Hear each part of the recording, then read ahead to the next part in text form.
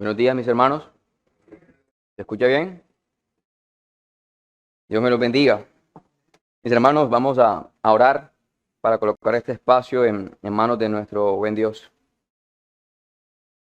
Padre que estás en los cielos, delante de ti estamos, oh Dios, una vez más en Cristo por su obra, para darte muchísimas gracias, porque tú nos has dado el privilegio, oh Dios, de congregarnos en este día para escuchar tu palabra, para alabar, bendecir y glorificar tu santo nombre. Te rogamos en ese momento de la exposición de tu palabra que nos asistas de una manera especial con tu Espíritu Santo para poder entender tu verdad y que ésta a su vez sea aplicada en nuestros corazones y que en la medida en que nosotros te conocemos, que conocemos tu obra, podamos glorificarte y alabarte de mejor manera. Te pido, Dios, a mí que en este momento estoy a cargo de la exposición, que me guíes, que sean tus palabras las que sean expuestas desde este púlpito. Perdona mis deficiencias, pero que eso no sea impedimento para que tu palabra corra y sea glorificada. Esto te lo ruego en Cristo, nuestro Señor, para tu gloria. Amén. Mis hermanos, hoy vamos a continuar. De hecho, hoy es nuestra última escuela sobre nuestra serie sobre Cristo, el mediador. Antes de poder continuar, vamos a leer nuestro texto base. Nuestro texto inicial se encuentra en 1 Timoteo, capítulo 2, verso 5. Timoteo, capítulo 2, verso 5. En la medida que lo tenga, por favor, se coloca en pie.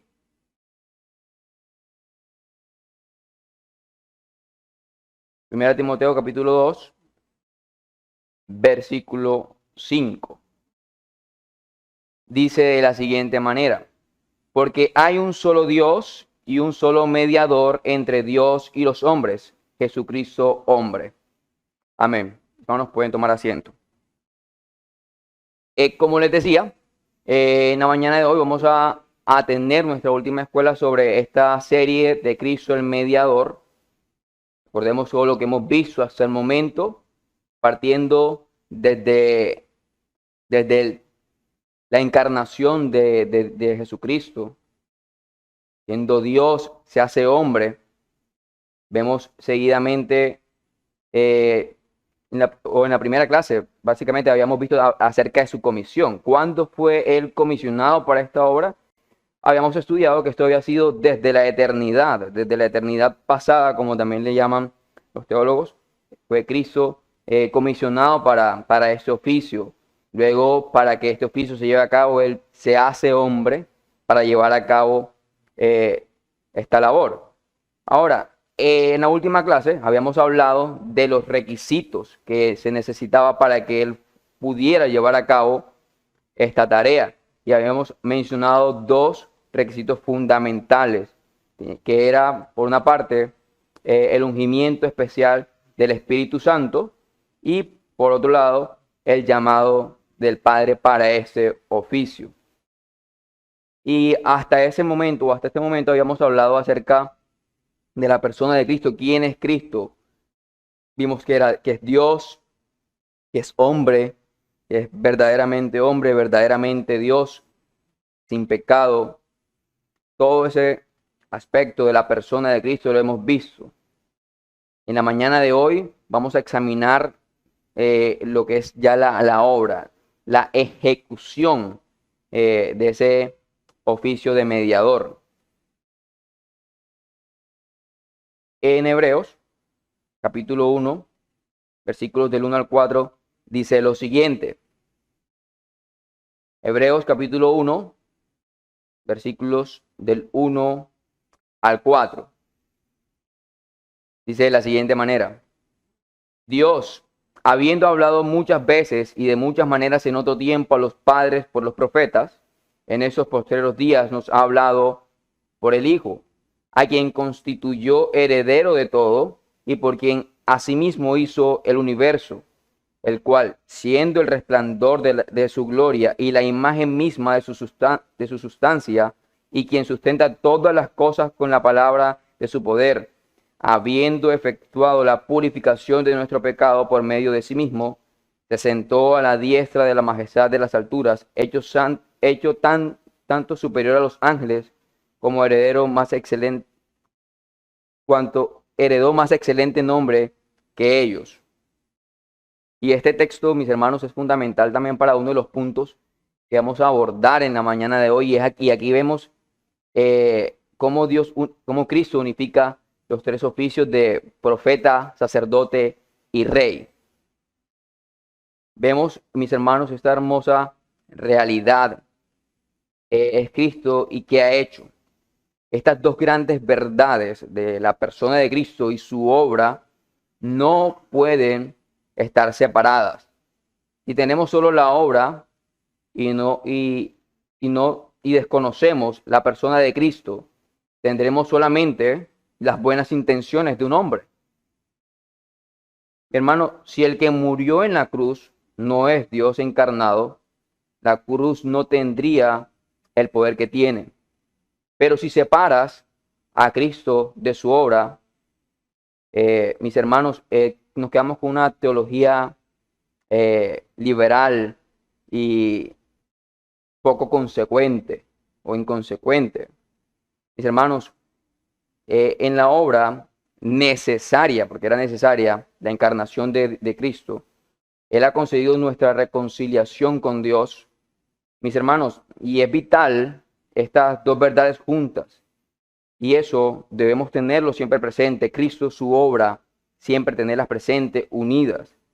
Entender quién es Jesús, qué es lo que hemos visto en todas estas escuelas que hemos tratado hasta ahora.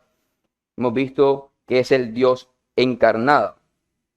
Ahora, comenzando a indagar sobre su obra, ¿qué hace Jesús de Nazaret? Aquel que es la imagen de Dios. Bueno, para los que tienen la confesión a la mano, vámonos al capítulo 8 de nuestra confesión. Los que no tienen la confesión pueden levantar la mano. Allá el pastor les puede proporcionar una confesión. Acá adelante. Vamos a mirar el párrafo 4 del capítulo 8. Capítulo 8 de Cristo el Mediador. Párrafo 4.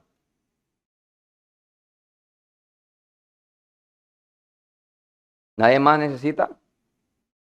Ok. Entonces, párrafo 4 del capítulo 8 de Cristo el Mediador dice lo siguiente. El Señor Jesús asumió de muy buena voluntad este oficio, importante eso, y para desempeñarlo nació bajo la ley, la cumplió perfectamente y sufrió el castigo que nos correspondía a nosotros, el cual deberíamos haber llevado y sufrido, siendo hecho pecado y maldición por nosotros, soportando las más terribles aflicciones en su alma y los más dolorosos sufrimientos en su cuerpo.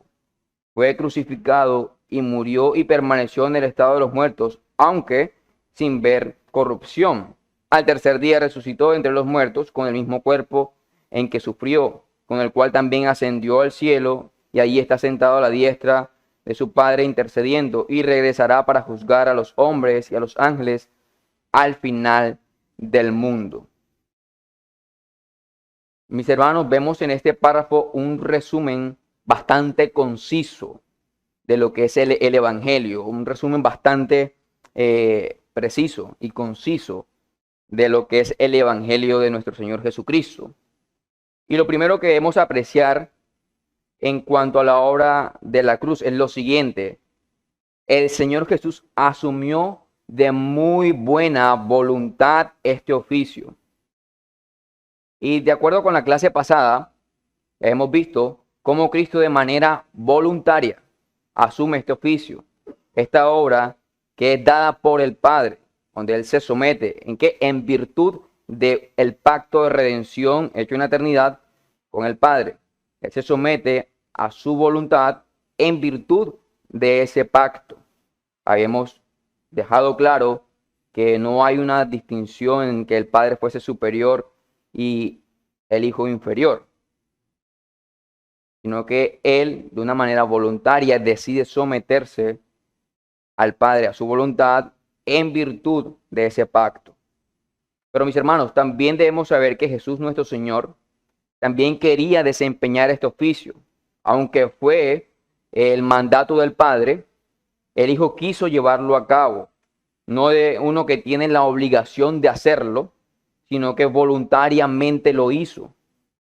Y Juan, capítulo 10, en el versículo 11 nos dice lo siguiente: yo soy el buen pastor su vida da por las ovejas. Mis hermanos, Jesucristo asumió de buena voluntad este oficio. Como ya lo mencioné, no es simplemente una obligación o porque tocaba hacerlo. Él asumió de buena voluntad. Él quería llevar a cabo este oficio, esta labor. Y para llevarlo a cabo, mis hermanos, nació bajo la ley, que es otro aspecto que nos menciona este párrafo que hemos leído, este párrafo 4 del capítulo 8 de la confesión. Y hay por lo menos dos aspectos importantes que debemos tener en cuenta en cuanto a este concepto de nació bajo la ley. Acompáñenme a Gálatas, capítulo 4. Gálatas, capítulo 4. Vamos a leer los versículos 4 y 5. Gálatas, capítulo 4, versículos 4 y 5. Dice de la siguiente manera: pero cuando vino el cumplimiento del tiempo, Dios envió a su Hijo, nacido de mujer y nacido bajo la ley. Ahora, ¿era una necesidad para Dios en sí mismo nacer bajo la ley? Por supuesto que no. Él no tiene ninguna necesidad de ello. Él es Dios, no tiene necesidad de nada. Él nace bajo la ley, por lo que nos dice el versículo 5. Dice, ¿para qué? Para que redimiese a los que estaban bajo la ley. ¿Para qué? A fin de que recibamos la adopción de hijos. Él nace bajo la ley para redimir a los que están bajo la ley. Mis hermanos, el nacer bajo la ley para redimir a aquellos que el Padre le había dado. Y como dije, hay por lo menos dos aspectos importantes. Y en primer lugar, Cristo sufrió bajo la ley. El que Cristo haya nacido bajo la ley, mis hermanos, enfatiza su sufrimiento bajo esta. Mis hermanos, Cristo aquí tenía que sufrir el castigo de uno que quebrantaba la ley de Dios. Y en esto vemos la necesidad de Cristo para encarnarse, para hacer nuestra propiciación. Asimismo, nacer bajo la ley no era algo opcional. Ahora, ¿y por qué estamos bajo la maldición de la ley? Porque como está escrito, maldito aquel que no pueda guardar todas las obras de la ley. Mis hermanos, y recordemos que en Adán somos quebrantadores de la ley de Dios. Y en consecuencia las escrituras nos dicen que la paga del pecado es la muerte. Así como Romanos también nos dice que la muerte entró al mundo por un hombre y que por la desobediencia de un hombre vino también la muerte a todos. Por tanto, si vamos a tener el perdón de Dios, mis hermanos, nuestros pecados deben ser pagados. La justicia de Dios debe ser saciada, debe ser satisfecha. Jesucristo nace bajo la ley para redimir a aquel pueblo que se encontraba bajo la maldición de la ley. Y Cristo, al llevar esta maldición de la ley, tiene que sufrir el castigo del pecado. Él fue hecho por nosotros maldición. Ahora, algo importante en cuanto a Cristo, sufriente por la ley, es que llevó en su cuerpo los sufrimientos más duros, pero no solamente soportó en su cuerpo, sino que también en su alma. Y es algo que enfatiza muy bien la confesión de fe en este párrafo que acabamos de leer. Mis hermanos, la ira de Dios estaba sobre Cristo en la cruz. Quiero que podamos también tener muy claro esto que hemos dicho hasta este momento. El hecho de que Cristo haya nacido bajo la ley y el que se haya encarnado, como también lo hemos mencionado en clases pasadas, no es opcional, no era opcional. Él debía asumir nuestra naturaleza. Él debía asumir nuestra naturaleza para que fuese también nuestra propiciación. Y debía nacer bajo la ley, por las razones que ya hemos expuesto hasta este punto. Él debe asumir o debe nacer bajo la ley. Ahora, recordamos la oración de nuestro Señor Jesucristo cuando dice, hablando también del sufrimiento en su alma, dice, Padre mío, si es posible que pase de mí esta copa. Y Cristo acá no se está refiriendo a su sufrimiento físico. La copa, así como en el Antiguo Testamento y en el mismo Apocalipsis, vemos cómo esta copa estaba representando o representaba la ira de Dios derramada sobre la humanidad.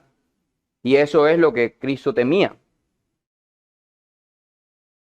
Otra verdad que debemos tener de que Cristo nació bajo la ley, ya dijimos, nació bajo la ley, ¿para qué? Para llevar sobre sí la maldición de la ley, sufrir ¿qué? El castigo por los que habían quebrantado la ley.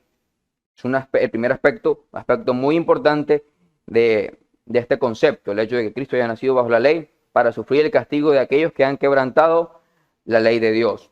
Ahora,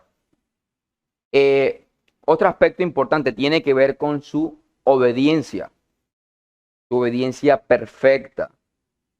Mis hermanos, Cristo no solo nació para pagar la maldición de la ley, sino que nació bajo la ley para obedecerla, para cumplirla. Acompáñenme a Romanos, capítulo 5, versículos 18 y 19.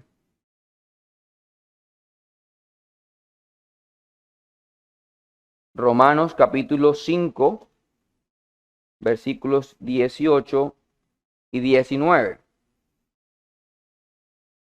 Dice, así que, como por la transgresión de uno vino la condenación a todos los hombres, de la misma manera por la justicia de uno vino a todos los hombres la justicia de vida.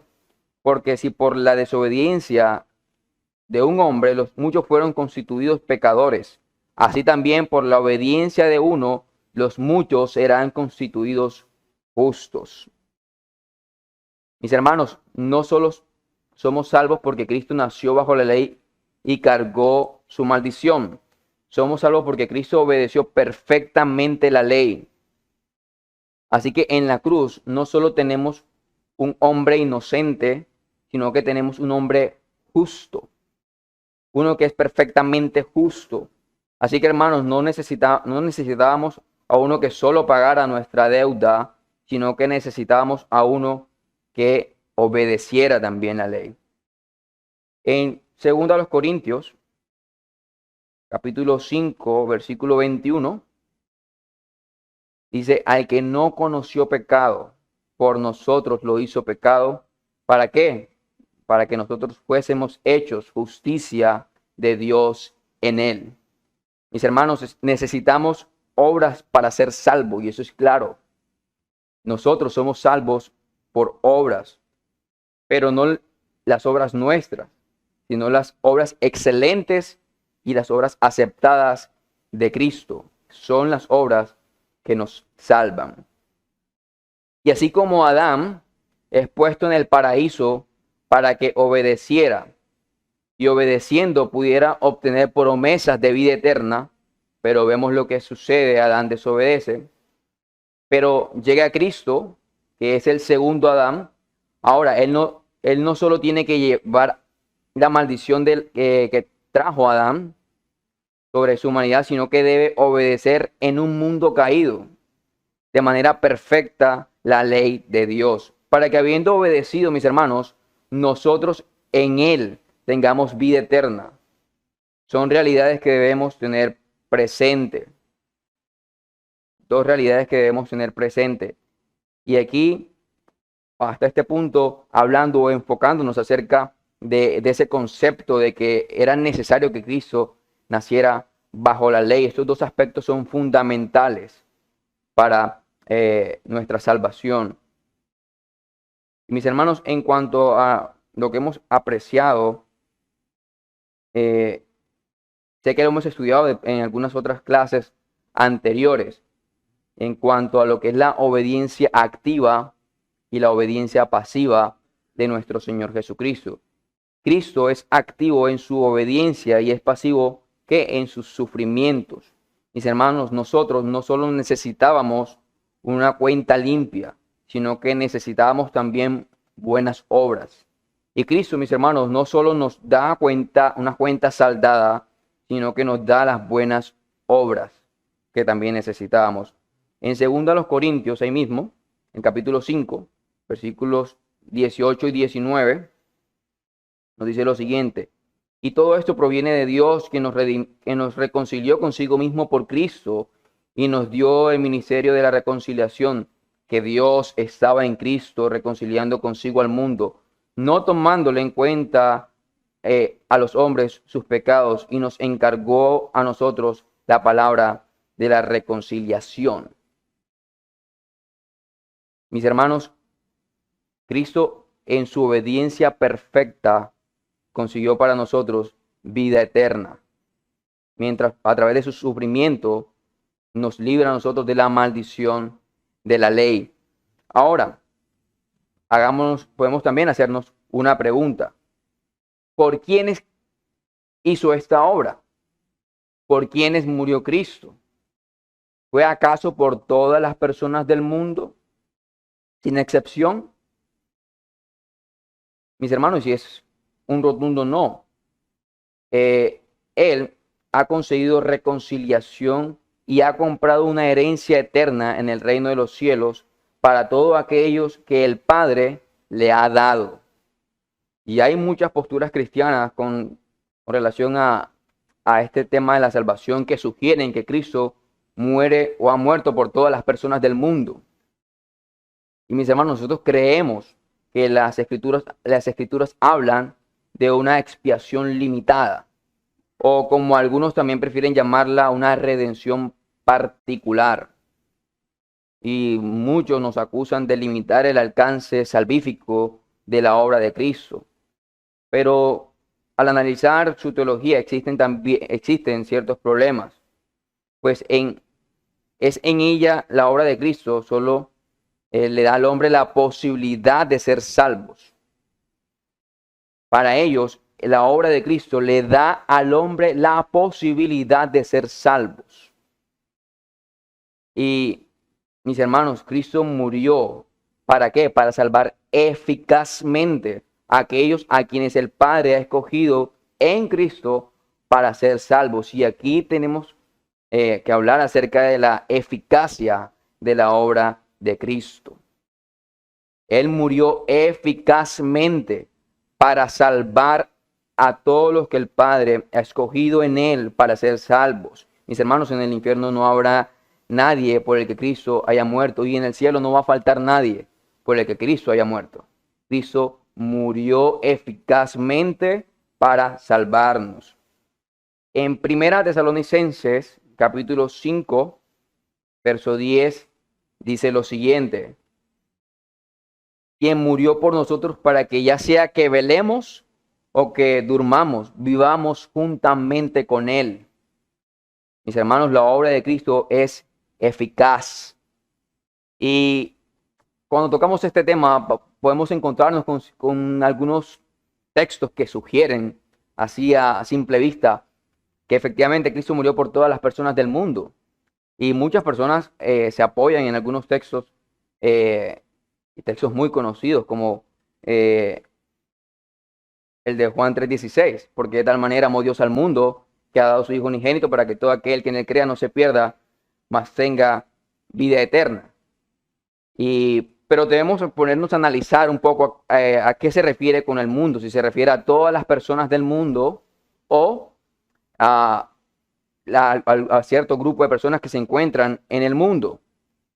Porque ahí mismo el texto da la clave. Dice, para que todo aquel que en él crea no se pierda, mas tenga vida eterna. Mis hermanos, no todos van a creer. Y la fe es un don de Dios. Es un don de Dios. Y algo que es chocante en esta doctrina o en el evangelio es el hecho de que de nosotros no hay nada para aportar a esa salvación. La fe que nos lleva a creer en Dios para salvación es un don de Dios mismo. es un don de Dios mismo. Entonces, eh, cuando ponemos a comparar de pronto esta postura universalista acerca de la salvación, vamos a encontrar inconsistencias. Porque, ¿qué hay de aquellos que simplemente no son salvos? Entonces, ahí tenemos un problema, y es que esa obra de Dios se ve truncada por la voluntad del hombre. El hombre que simplemente quiso hacer caso omiso a ese mensaje de salvación, simplemente no hace caso y es condenado. Mis hermanos, Dios murió, como lo acabo de mencionar, eficazmente para salvar eficazmente a quienes Dios ha escogido en él. De hecho, en su oración sacerdotal, cuando él está orando, él dice: yo no oro por el mundo, yo oro ¿por qué? Por lo que tú me has dado, porque tuyos son. Yo no oro por el mundo. Y en Apocalipsis hay un texto que me llama mucho la atención, en Apocalipsis capítulo 5, versículo 9. Dice lo siguiente: y cantaban un cántico nuevo diciendo: digno eres de tomar el libro y de abrir sus sellos, porque tú fuiste inmolado, y con tu sangre nos has redimido para Dios de todo linaje y lengua y pueblo y nación. Mis hermanos, Cristo murió eficazmente, su obra es eficaz. Mis hermanos, es tan eficaz la muerte que aunque ésta se dio en su encarnación, porque vemos inicialmente él es comisionado en la eternidad para este oficio, pero es en el tiempo, cuando él se hace hombre, que él viene a efectuar esta obra, a cumplir con este oficio. Pero como le menciono, esta obra ya era eficaz aún para los creyentes del Antiguo Testamento.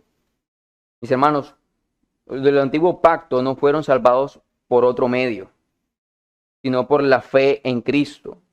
El tabernáculo, el cordero, todas las leyes ceremoniales, mis hermanos, apuntaban a Cristo. Así que mientras nosotros vemos hacia atrás, hacia esa obra que ya fue hecha, hacia aquello que sucedió, ellos veían hacia adelante, hacia las promesas. Y recordemos lo que se dice de Abraham. Abraham, vuestro padre, se gozó de que había de ver mi día, y lo vio y se gozó. Y eso vemos, mis hermanos, ellos también fueron salvados por la obra eficaz de Cristo, confiar en la promesa de aquel que venía a redimirlos de sus pecados. Y ahora, por temas de tiempo, pasando también a otro aspecto que quiero que veamos, mis hermanos, el plan eterno de Dios en ese plan estaba contemplado que la forma en que Dios se relacionara con su pueblo sería a través de tres formas fundamentales: como profeta, como rey y como sacerdote. Recordemos el pasaje que vimos inicialmente en Hebreos, que habla muy puntualmente acerca de esos oficios en Cristo. Mis hermanos, en el pueblo de Israel vemos cómo poco a poco estos tres oficios son conferidos a personas como una autoridad divina.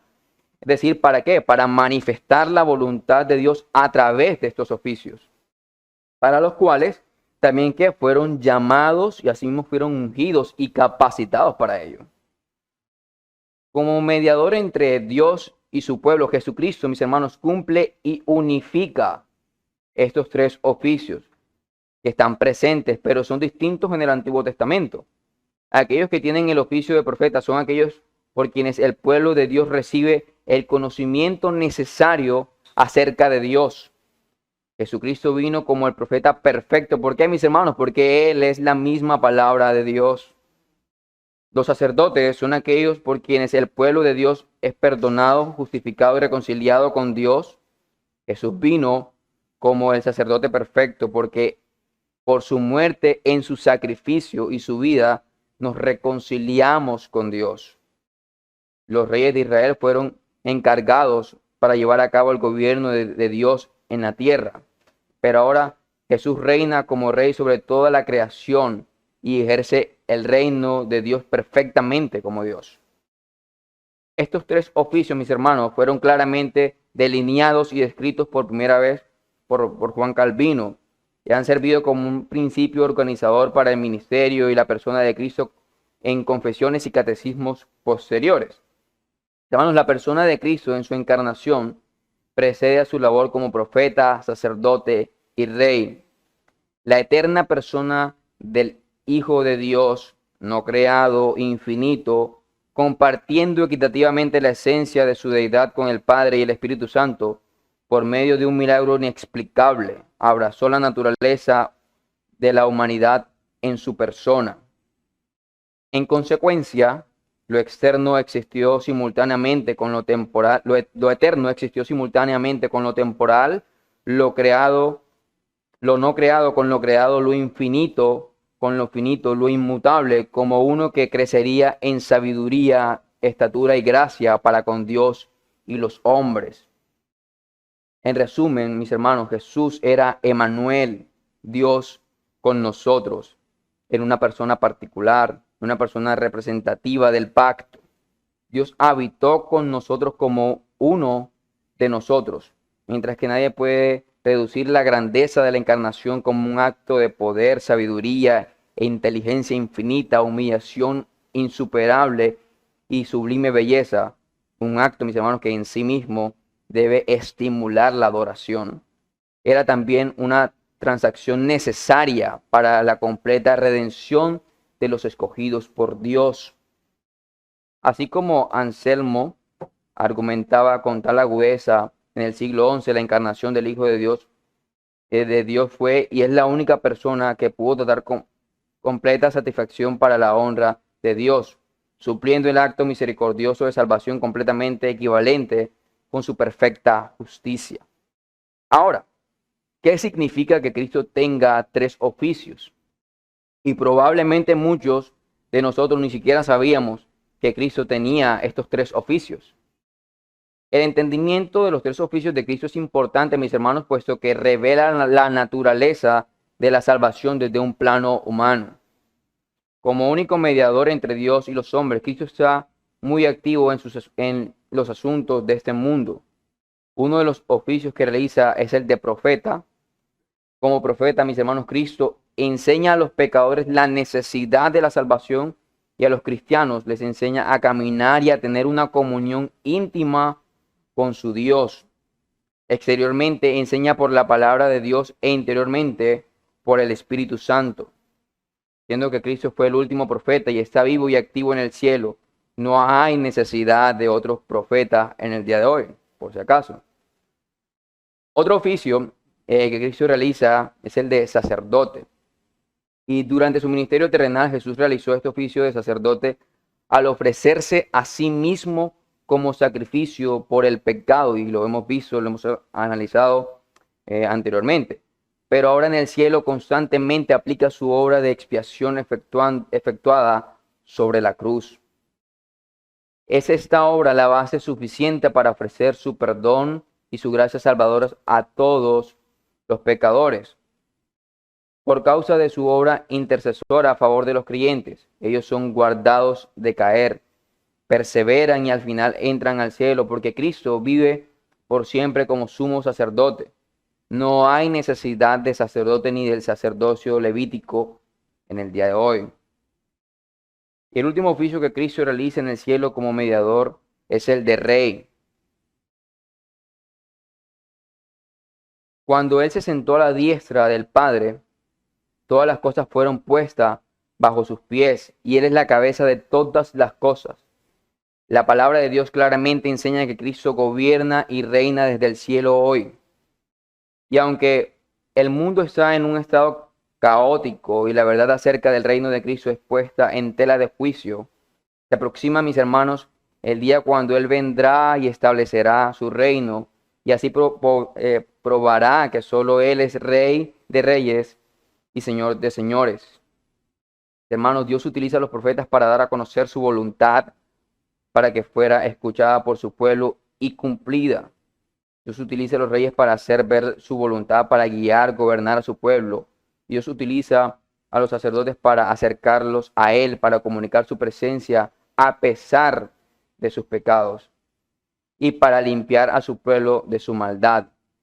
En ese sentido, Elías como profeta, David como rey, Aarón como sacerdote, así los otros muchos profetas, reyes y sacerdotes solo eran, mis hermanos, una sombra del verdadero profeta, Rey y sacerdote nuestro Señor Jesucristo. Y mis hermanos, hay muchas cosas que decir acerca de estos oficios de Cristo. Y esta solamente fue una pincelada acerca de su obra y no importa el tiempo que invirtamos en tratar de hablar acerca de la obra de Cristo y su perfección, mis hermanos, nunca será suficiente. La historia redentora es, mis hermanos, sin duda cautivante. No nos pese ver el plan redentor en términos humanos, sino alegrémonos de tener un Salvador tan grande como nuestro Señor Jesucristo. Mis hermanos, vamos a orar y tenemos un espacio para preguntas y aportes. Padre, te damos gracias porque en tu misericordia, tu gracia, tú nos has suplido del único Cordero todo suficiente que nos salva eficazmente. Te damos gracias por que en la mañana de hoy tú nos has hecho recordar esa verdad tan importante para nosotros, esa seguridad que tenemos en nuestro Señor Jesucristo, en su obra, de la eficacia de su obra. Que estas palabras, esto que hemos estudiado en la mañana de hoy, hermanos, se quede en nuestros corazones y podamos apreciar la hermosura de nuestro Salvador, de su obra. Y que de esta manera también, oh Dios, podamos glorificarte de mejor manera. Todo esto te lo rogamos en Cristo, para tu gloria. Amén. Mis hermanos, tenemos un espacio para preguntas, aportes. ¿Alguna pregunta, aporte? Hermano Manuel.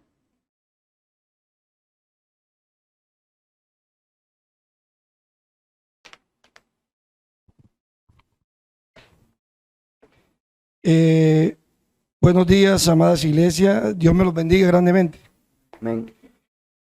Bueno, a veces nosotros, cuando vamos a las Sagradas Escrituras y las escudriñamos, nos quedamos de pronto con un texto.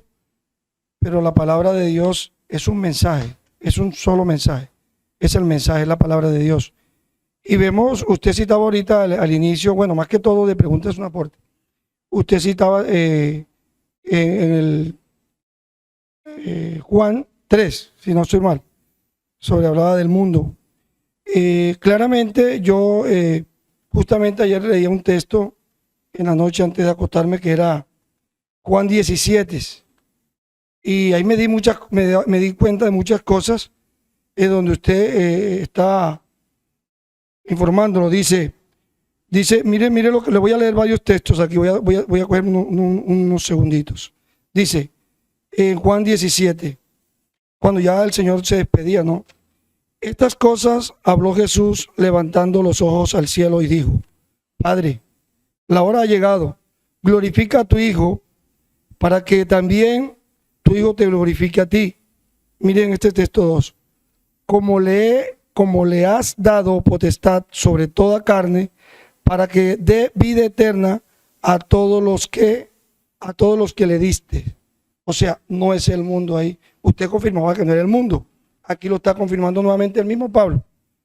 Vemos en el versículo 6. He manifestado tu nombre a los hombres que del mundo me distes. Así es. No dice tampoco confirmando lo que usted decía. He manifestado tu nombre a los hombres que del mundo me distes, tuyos eran y me los distes, y han guardado tu palabra, ahora han conocido que todas las cosas que me has dado proceden de ti. Y por último quiero leer estos dos textos, dice, yo ruego por ellos, no ruego por el mundo, sino por los que me distes. Nuevamente repite aquí el Señor por medio del apóstol Juan, por los que me diste, porque tuyos son. Y finalmente hay un texto que usted aclaraba mucho, que no va a faltar ni va a sobrar. Mira lo que dice este texto, el 12. Cuando estaba con ellos en el mundo, yo los guardaba en tu nombre. A los que me diste, nuevamente, yo los guardé. Y ninguno de ellos se perdió, sino el hijo de perdición, para que las escrituras se cumplieran. El hijo de la perdición sabemos que es el hijo del diablo, que es Judas. Pero si ahí nos damos cuenta que Dios no Cristo Jesús no se sacrificó por todo el mundo, sino por los que el Señor ya había predestinado o escogido. A eso les dio, a eso guardó, y no solo eso, le pidió a nuestro Señor, al Padre, que donde Él esté, allá vamos a estar nosotros. Amén. Dios los bendiga. Al fondo ahí tenemos a la hermana Sayo y la hermana Vero. De hecho, mi hermano el pastor también. Hermano Manuel, de hecho, también el mismo texto de Juan 3:16, el versículo 17 también confirma lo mismo, porque dice, Él no envió, porque no envió Dios a su Hijo al mundo ¿para qué? Para condenar al mundo, sino para que el mundo sea salvo por Él. Sea salvo por Él.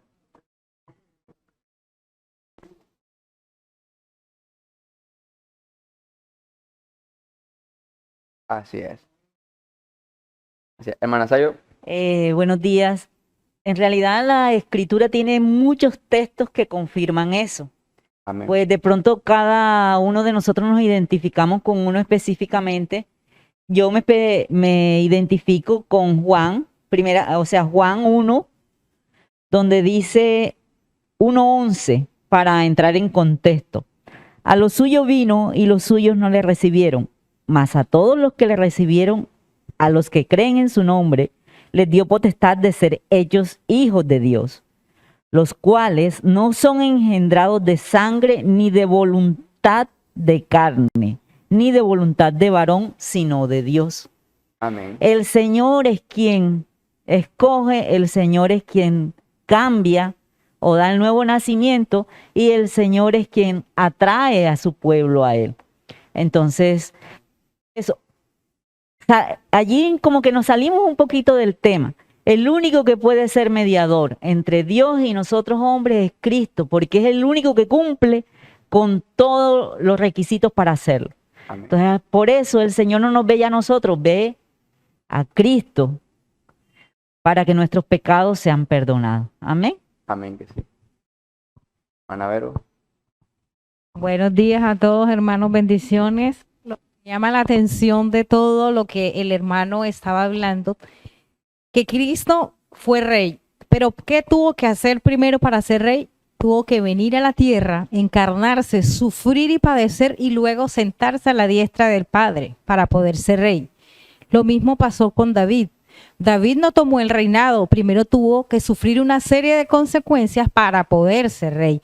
Lo mismo ocurrió con Moisés. Moisés primero, él estuvo en Egipto y él pudo ser faraón, pero Dios le permitió 40 años en el desierto para luego coronarlo, o más bien para ponerlo como el Salvador, el que sacara al pueblo de la esclavitud. Y mire que todos esos acontecimientos que nos enseñan es de menos a más, pero el mundo ofrece hoy otras cosas diferentes. Necesitamos, y nos muestran que los niños son merecedores de todo. Mire cómo está la humanidad. Ustedes es el grande, y pueden y hacen y deben. Nos creemos mejor hasta que Dios, hasta que Cristo. Enseguida nos van a dar todo, y el sufrimiento es por pecado. No, pero mire que Cristo no pecó, ¿y por qué sufrió? Nosotros, ¿por qué nos creemos mejor? Gracias, mi hermanita. Pastor. Sí, bueno, buenos días a todas, a todo o a toda la iglesia.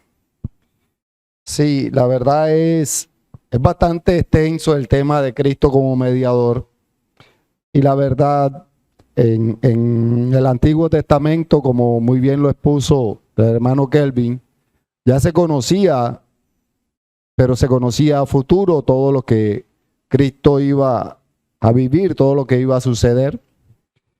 Y todo lo que mencionaba la hermana Verónica eran sombras de lo que había de venir, dice la Escritura. Pero hay en Isaías unos textos bien marcados, incluso teológicamente se conocen como los cantos del siervo. Incluso hay otros que lo llaman el lamento del siervo, pero en realidad hablan directamente de Cristo.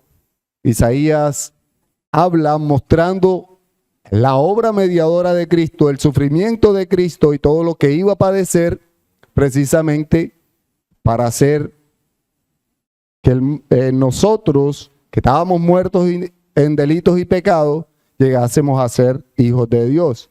Y me gustaría que anotaran estos textos y que luego, cuando el Señor nos permita, podamos estudiarlos. Los textos que se conocen como el lamento del siervo o los cantos del siervo son Isaías 42, versículos del 1 al 9. Ahí el Señor habla a través de Isaías mostrando a Cristo claramente.